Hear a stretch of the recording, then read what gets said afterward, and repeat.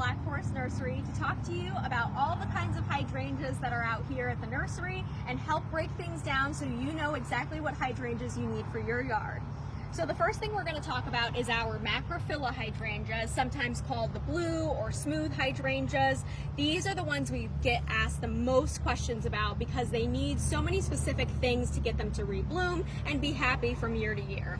So the big thing to know about these hydrangeas is that they really prefer more shade. A lot of times their leaves can get burnt and fried in the direct sun, especially if they're in afternoon sun. So in a perfect situation, your hydrangeas are getting around 4 hours or less of more morning sun rather than afternoon.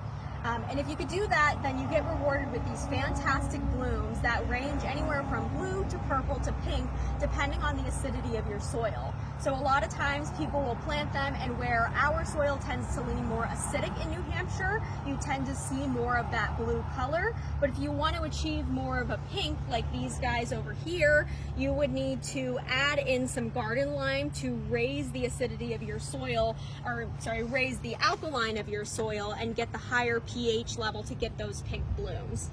Another thing that comes with taking care of your blue hydrangeas is making sure to insulate them well over the winter season. A lot of times you see these flowers down by the Cape where it's a little bit warmer, so sometimes their blooms don't always make it through the winter up here in New Hampshire. So doing something as simple as adding a thicker layer of mulch around your plants after they've been done flowering for the season can help go a long way to ensuring that they come back strong the next year.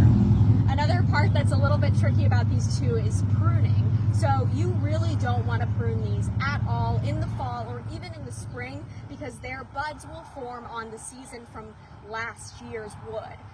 Typically you see that people will prune their hydrangeas down and then they don't get any blooms, but a lot of times the branches that bloom and come out this year will set the buds for next year's bloom. So you have to make sure, even though it looks like a pile of sticks, you want to leave those alone until you see well into May, sometimes even June, that all of your leaves and your buds have started to come out, and then you can remove anything that's dead after that. So if you're looking for something that's a little bit lower maintenance but still gives you that beautiful hydrangea color, you can try to look at the Serrata hydrangeas or the mountain hydrangeas. These are a little bit hardier, so you're not going to run into as many issues with the cold hardiness like the blue hydrangeas. They also get affected by the soil pH, so you can change them to be more of a blue or purple color. And these guys do tend to tolerate a little bit more sunlight as well, so you don't have to worry so much about that hard morning sun, 4 hours. These can do okay with a little bit more sunlight and be exposed to the afternoon sun and still tolerate the conditions. So you'll also notice that this is more of a lace cap flower. These smaller flowers is really what tends to attract your pollinators and bees, your butterflies. So if that's something that you're really looking for, this is definitely the way to go. Another option that we have for you at the nursery is a climbing hydrangea. These ones can tolerate some sun, but I find that they tend to be more suited for shadier conditions. And as you can see, this is just one plant right here, and it is so full and so big. So if you've got an area and a trellis that something can climb up, this is a perfect option for what you would want to put in your garden. The other thing that we have here are the Annabelle or arborescens hydrangeas.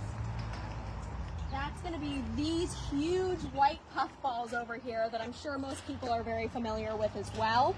These guys are the closest thing you can find to a native hydrangea in our area. So they again put up with a lot of New Hampshire's weird conditions, our soil, our rain, our cold winters, and they hold up a lot better over time. So this is something that can tolerate that hot afternoon sun as well.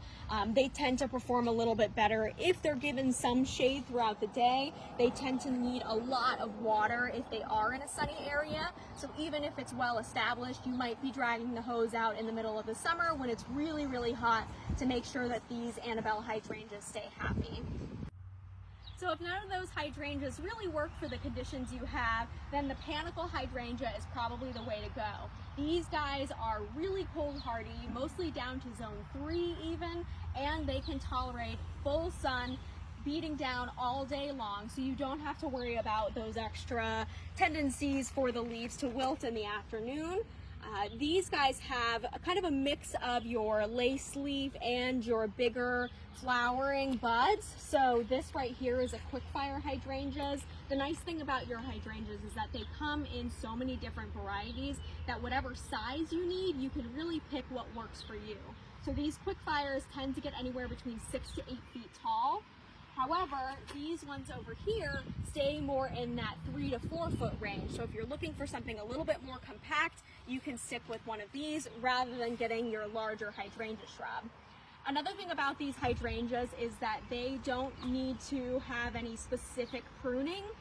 You can just trim off the dead blooms and take down about 1/3 of the entire plant at the end of the season, because all the buds form on new wood in that year. So that way you're not picking and choosing what to cut and what not to cut.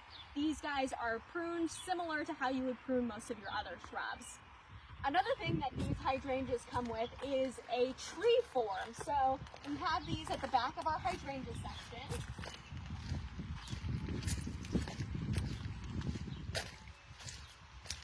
And you can see here that we have a hydrangea tree. So it's basically a hydrangea shrub that's been grafted onto a tree stalk. And that way you get this more tree form shape where it's very upright, but you still get those beautiful blooms that will start out white and fade to that nice pink color in the fall season. The nice thing about these is that you can prune them however you like to keep it a little bit more upright, or allow the shrub to really grow out on top and fill in to that usually 6 to 8 foot width and height. So all of our hydrangeas here there's tons to pick through. Make sure you stop on in at Black Forest Nursery to see what we have and pick out the right hydrangea for your yard.